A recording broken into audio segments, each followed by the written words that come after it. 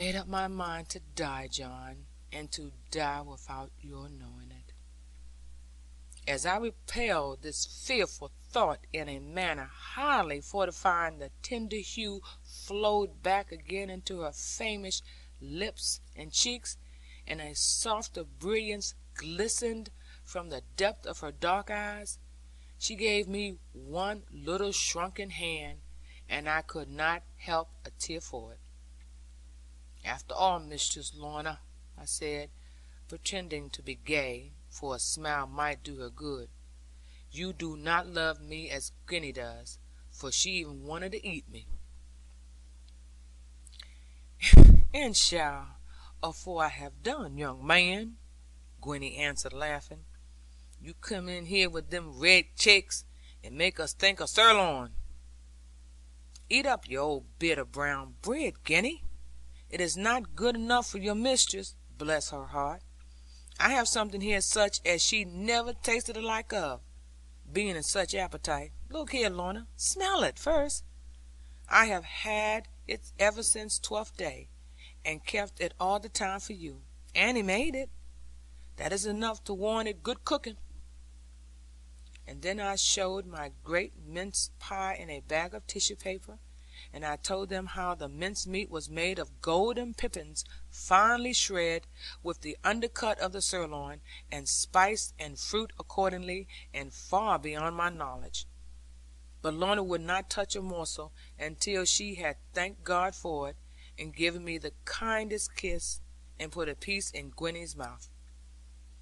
I have eaten many things myself with very great enjoyment, and keen perception of their merits, and some thanks to God for them; but I never did enjoy a thing that has found its way between my own lips, half or even a quarter as much as I now enjoy holding and beholding Lorna, sitting proudly upwards, to show that she was faint no more, entering into that mince pie, and moving all her pearls of teeth inside her little mouth place, exactly as I told her; for I was afraid lest she should be too fast in going through it, and cause herself more damage so than she got of nourishment. But I had no need to fear at all; and Lorna could not help laughing at me for thinking that she had no self control. Some creatures require a deal of food, I myself among the number; and some can do with very little, making, no doubt, the best of it.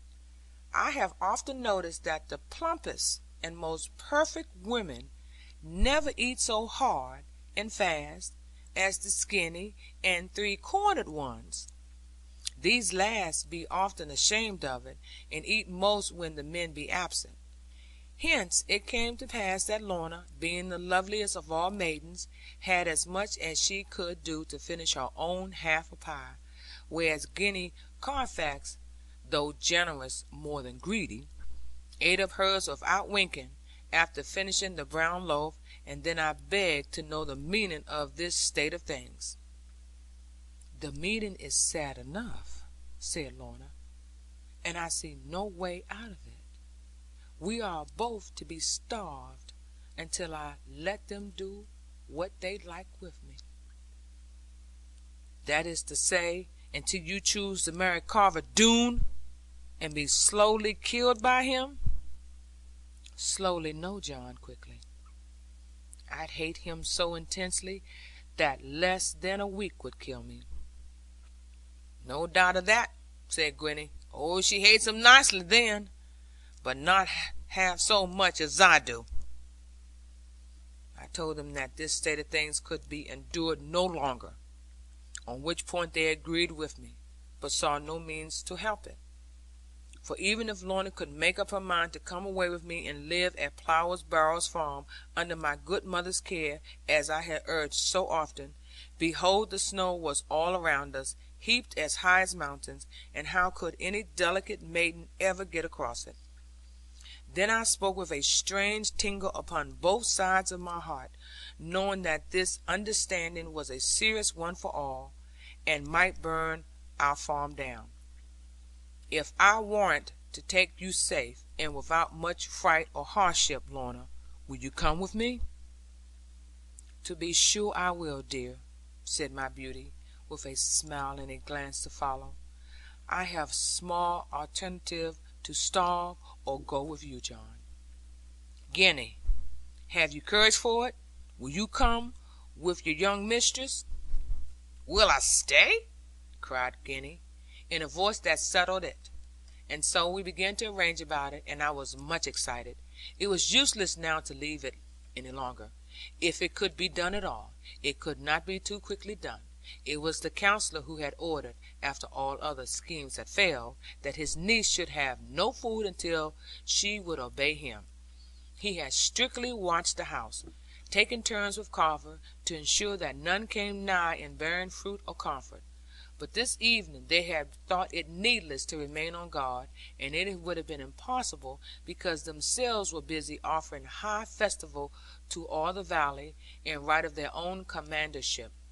And Gwenny said that nothing made her so nearly mad with appetite as the account she received from a woman of all the dishes preparing.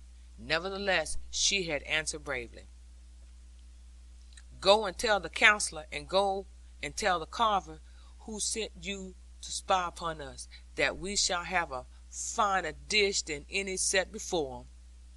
And so in truth they did, although so little dreaming of it. For no Doone that was ever born, however much of a Carver, might vie with our Annie for mince meat.